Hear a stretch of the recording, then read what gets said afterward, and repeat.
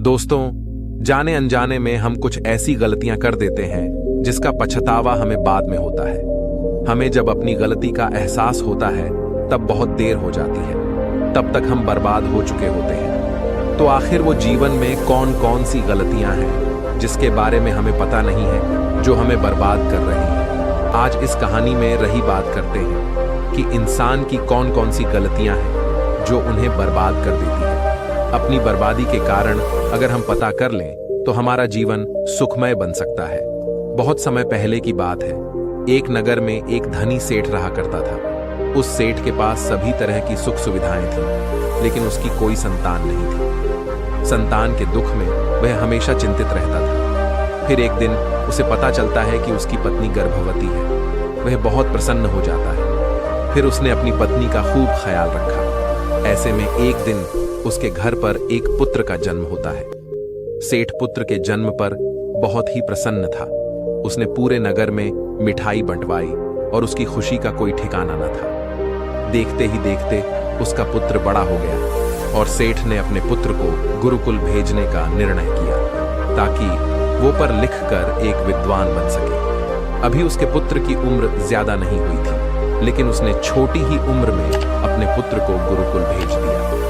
गुरुकुल में वह बालक अच्छे से शिक्षा ग्रहण करता, अपने गुरु की सभी आज्ञाओं का पालन करता है। ऐसे में वह बालक वहां का सबसे होनहार विद्यार्थी बन गया।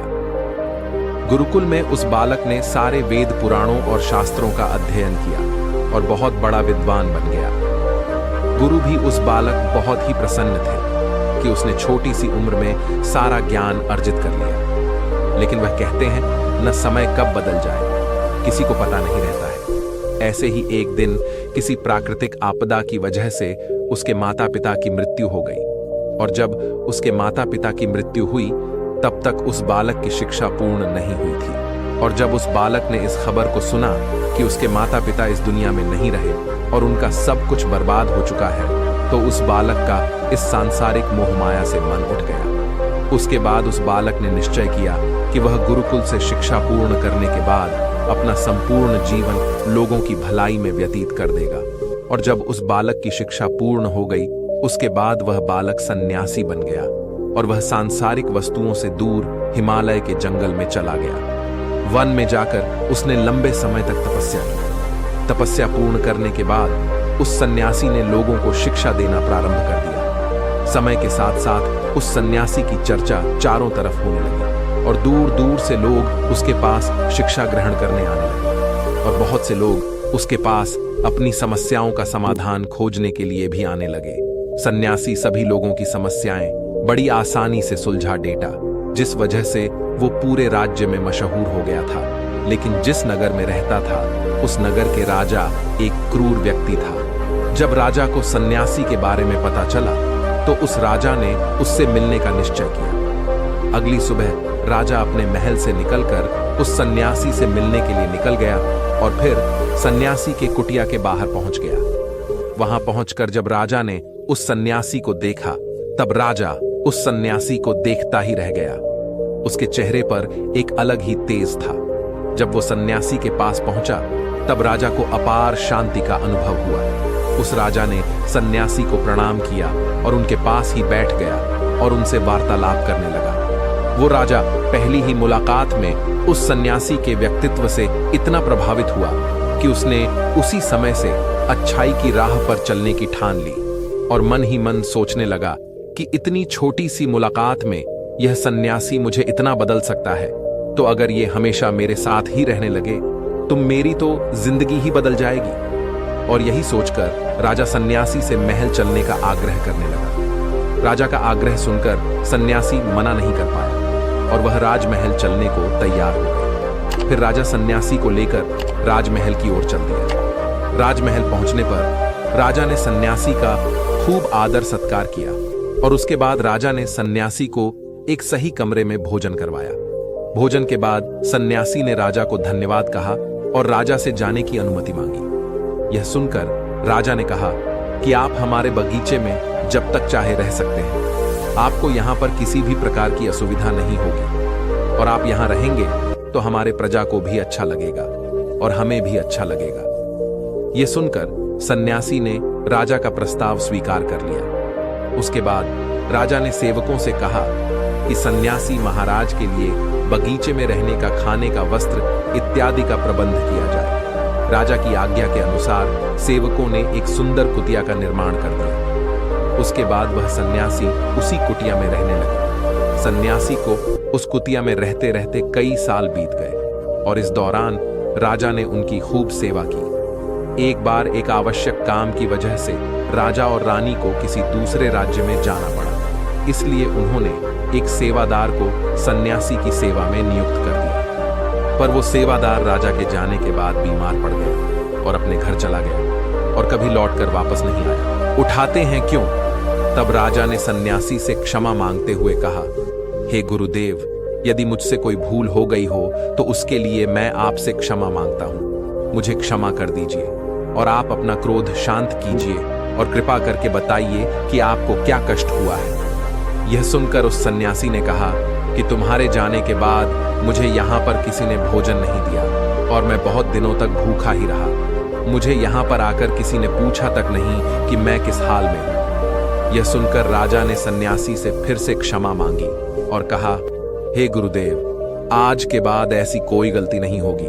और उसके बाद मामला शांत हो गया। जब राजा और सन्यासी के बीच वार्तालाप हो रहे थे तब रानी भी ये सारी बातें चुपके से सुन रहे थे और सब कुछ देख रहे थे। उसके बाद राजा ने उस सन्यासी को कोई भी शिकायत का मौका नहीं दिया और उसकी खूब सेवा की। परंतु कुछ दिनों बाद राजा को फिर किसी आवश्यक कार्य से अपने राज्य से बाहर जाना पड़ा। लेकिन इस बार राजा ने राज्य से बाहर जाने से पहले अपने रानी को कहा कि जब तक मैं नहीं आऊंगा तब तक आप स्वयं सन्यासी की देखभाल करोगे। यह सुनकर रानी ने कहा कि जी महाराज, आप निश्चिंत होकर जाइए, मैं सन्यासी महाराज की अच्छे से सेवा करूंगी। उसके बाद रानी हर रोज भोजन बनाकर सन्यासी को भेज देती थी। लेकिन एक दिन रानी नहाने के लिए चली गई और सन्यासी तो भोजन देना भूल गए। सन्यासी में काफी देर तक भोजन का इंतजार किया, लेकिन जो भोजन नहीं आया तो सन्यासी सोच में पड़ गया कि आज खाना क्यों नहीं आया।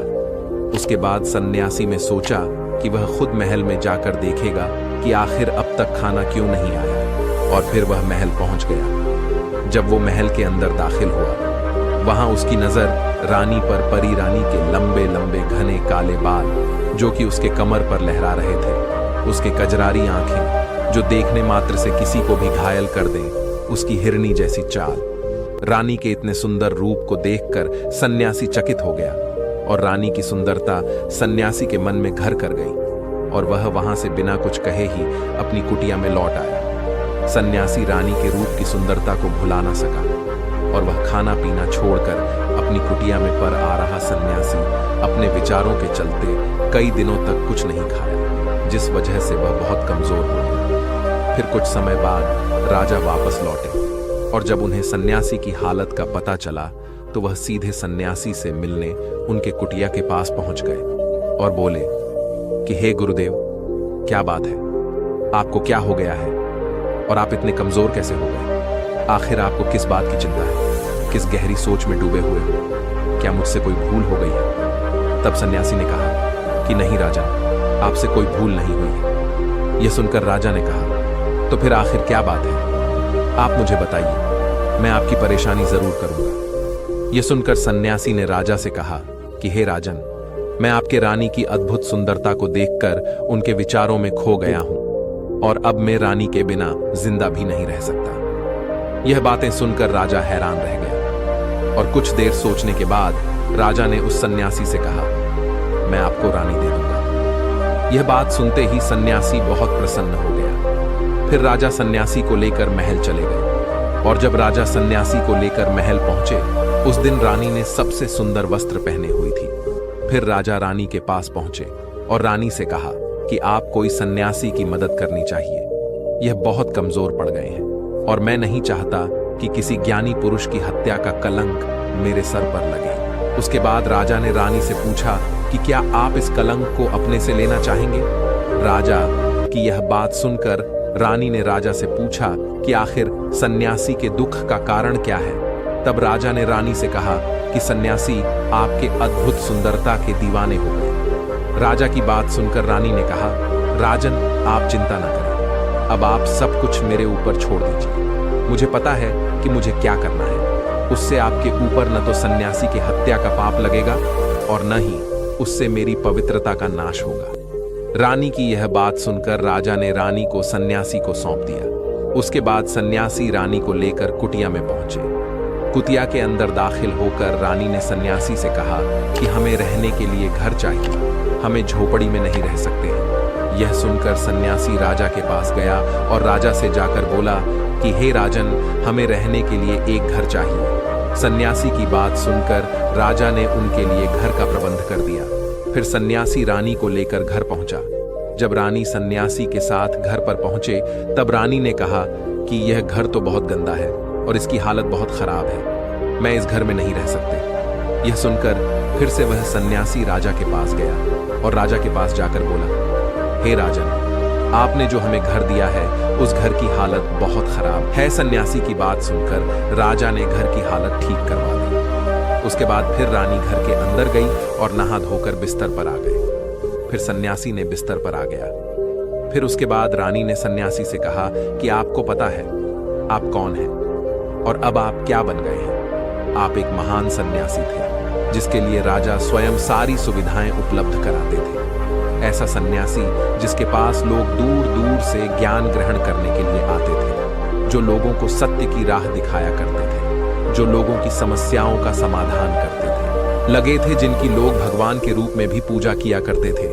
और आज आप अपने वासना के कारण मेरे गुलाम बन गए हैं। रानी की सारी बातें सुनकर उस सन्यासी को बड़ा झटका लगा और उसे महसूस हुआ कि वो तो एक सन्यासी है और वह यह सब क्या कर रहा है। वह तो इन सारी सुख सुविधाओं को छोड़कर शांति की तलाश में वन में चला गया था।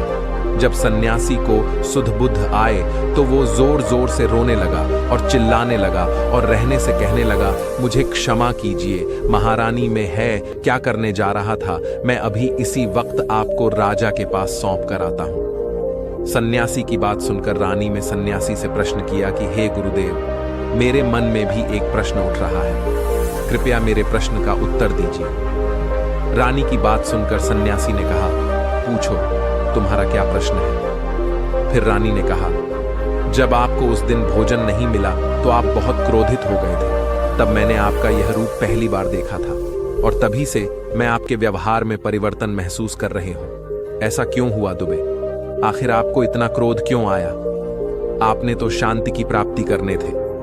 रानी की बातें सुनकर सन्यासी ने कहा कि जब मैं वन में था तो मुझे समय पर भोजन नहीं मिलता था, लेकिन जब मैं महल में आया तो महल में आने के बाद मुझे सारी सुख सुविधाएं प्राप्त हुई और फिर मैं इन सभी सुख सुविधाओं के आदी हो गया और मुझे इसके प्रति लगाव उत्पन्न हो गया और फिर मुझे उसको पाने का लालच उत्पन्न हो गया और जब मुझे यह नहीं मिला तो मेरे अंदर क्रोध उत्पन्न हो गया। फिर सन्यासी ने कहा, महारानी, अगर इच्छा पूरी न हो तो क्रोध उत्पन्न होता है और अगर इच्छा पूरी हो जाए तो लालच बढ़ जाता है। सन्यासी ने आगे कहा, यह इच्छा की पूर्ति है, मुझे वासना के द्वार पर ले आई है और मैं आपके प्रति आकर्षित हो गया। इसके बाद उसने उसे रहने को लेकर राजा के पास पहुंचा और बोला, मुझे क्षमा कर दीजिए, मुझे अपनी गलती का एहसास हो गया है। हेलो आपके रानी, मुझे यह सब नहीं चाहिए। मैं अपने अच्छा में वशीभूत होकर यह गलत कार्य करने जा रहा था और अपने जीवन को बर्बाद कर रहा था, लेकिन मुझे सब कुछ समझ गया है। उसके बाद उसने उसे ने कहा कि हे राजन, मनुष्य की बर्बादी का कारण उसके 4 रुपए बनते हैं और दुनिया के हर एक व्यक्ति के अंदर 4 अवगुण होते हैं, लेकिन जो व्यक्ति इन पर नियंत्रण पा लेता है वह दुख और परेशानियों से बच जाता है और वह है जो रहते इन 4 दोषियों पर नियंत्रण नहीं कर पाता है, वो बर्बाद होने के कगार पर पहुंच जाता है। यह सुनकर राजा ने कहा, हे गुरुदेव, आप मुझे वह 4 आदतें बताइए जिससे मनुष्य की बर्बादी हो जाती है। फिर सन्यासी ने राजा को मनुष्यों को बर्बाद कर देने वाले 4 आदतों के बारे में बताया कि हे राजन, मनुष्यों को बर्बाद करने वाले पहली आदत है उसकी इच्छा, क्योंकि इच्छा ही दुनिया के हर एक व्यक्ति के अंदर पहला अवगुण होता है और जो व्यक्ति अपनी इच्छाओं को नियंत्रण में नहीं रख पाता है वह जीवन में किसी भी जगह सफल नहीं हो पाता है, क्योंकि जैसे ही उसकी एक इच्छा पूरी होती है वह दूसरे की ओर बढ़ने लगता है और दूसरी पूरी होती है तो तीसरी इच्छा उसके मन में जागृत हो जाती है और फिर ऐसा करते करते इच्छाओं पर नियंत्रण में होने के कारण इंसान के मन में संतोष का भाव नहीं आ पाता है और इसे जाल में उलझा रहता है, दुखी रहता है। इसीलिए राजन, जब हम अपनी इच्छाओं पर नियंत्रण पा लेते हैं तो हम हमारे मन पर भी नियंत्रण कर लेते हैं और जब हमारा मन हमारे वश में होता है तो हमें सुख ही सुख की प्राप्ति होती है। फिर जो हम चाहते हैं वही हमारे साथ होता है। फिर सन्यासी कहता है कि हे राजन, मनुष्य को बर्बाद करने वाले दूसरी आदत है वासना। वासना का जन्म हमारे मन में उठने वाले इच्छाओं से होता है। जिस प्रकार इच्छाओं का कोई अंत नहीं होता, उसी तरह मनुष्य वासना के जाल में फंसता चला जाता है। वासना में वशीभूत होकर इंसान को कुछ भी नहीं नजर आता है। आज तक जितने भी लड़ाइयां हुए हैं, उसका सबसे बड़ा कारण स्त्री को पाने की इच्छा के कारण ही हुए हैं। स्त्री के प्रेम में वशीभूत होकर आज से पहले कई राजा महाराजाओं ने किया है। रावण एक बड़ा बुद्धिमान व्यक्ति था, लेकिन वह माता सीता के सुंदरता से वशीभूत होकर अपने आप को बर्बाद कर लिया। उसकी मृत्यु का कारण एक स्त्री ही बनी थी। कई राजा महाराजा तो युद्ध में इसलिए हार गए क्योंकि वो लोग स्त्रियों से रासलीला रचाने में ही रह गए। ईश्वर ने तो स्त्री की उत्पत्ति इस संसार को बनाने के लिए की है, लेकिन आजकल लोगों ने से अपना वासना का रूप बना लिया है। स्त्री को अपने मनोरंजन का सामान सोचने लगे हैं और जब उन्हें अपना ये मनोरंजन नहीं मिलता तो पागल हो जाते हैं और न जाने क्या क्या कर बैठते हैं। इसलिए हे राजन, जितना हो सके उतना वासना से दूर रहना चाहिए। फिर सन्यासी कहते हैं कि हे राजन, मनुष्य को बर्बाद करने वाले तीसरी आदत है क्रोध, क्योंकि जो मनुष्य की वासना की पूर्ति नहीं होती है तो उसके अंदर क्रोध उत्पन्न हो जाता है और जब व्यक्ति को क्रोध आता है तो उस पर उसका नियंत्रण नहीं होता है और फिर वह क्रोध में आकर कई गलत निर्णय ले लेता है। क्रोध में व्यक्ति दूसरों को भला बुरा कह देता है, गालियां निकाल देता है और जब उनका क्रोध शांत होता है तो उन्हें अपनी गलतियों का एहसास होता है, लेकिन तब तक तो सब कुछ बर्बाद हो चुका होता है। क्रोध के कारण मनुष्य के कई बने बनाए काम बिगड़ जाते हैं। जो मनुष्य के अंदर क्रोध उत्पन्न होता है, हो जाता है और एक कमजोर मनुष्य जीवन में कुछ नहीं कर सकता है, उसे कभी भी सफलता नहीं मिलती है। फिर सन्यासी कहता है, हे राजन, मनुष्य को बर्बाद करने वाली चौथी आदत है लालच। हे राजन, लालच का फल सदैव ही बुरा होता है। लालच में पड़कर हम बहुत लोगों का बुरा कर देते हैं। हर मनुष्य के जीवन में ऐसे अवसर अवश्य आते हैं जब वह लालच कर बैठता है और अधिक पाने की लालसा में वह कुछ ऐसा कर जाता है जिससे जो उसके पास था वो भी वह खो देता है। क्योंकि जैसे ही व्यक्ति की एक इच्छा पूरी होती है, उसका लालच भी बढ़ जाता है और उसके मन में और कई सारे आकांक्षाएं जन्म लेने लगती हैं। जो व्यक्ति अपने जीवन में लालच करता है वो कामयाबी से भी धीरे धीरे दूर हो जाता है। अगर हम समय रहते हैं और अपने लालच को त्याग दें और उसके फेरे में न पड़े तो हम एक सफल व्यक्ति अवश्य बन सकते हैं। फिर अंत में सन्यासी कहता है कि हे राजन, अगर मनुष्य इन 4 आदतों को छोड़ देता है तो उसे जीवन में सफल होने से कोई नहीं रोक सकता है। मैं तो एक सन्यासी होकर इन आदतों में पड़ गया और खुद को बर्बाद करने लगा, तो सोचिए एक साधारण मनुष्य के साथ क्या हो सकता है। इसलिए हे राजन, इन 4 आदतों से मनुष्य को हमेशा दूर रहना चाहिए। तो दोस्तों, उम्मीद है इस वीडियो से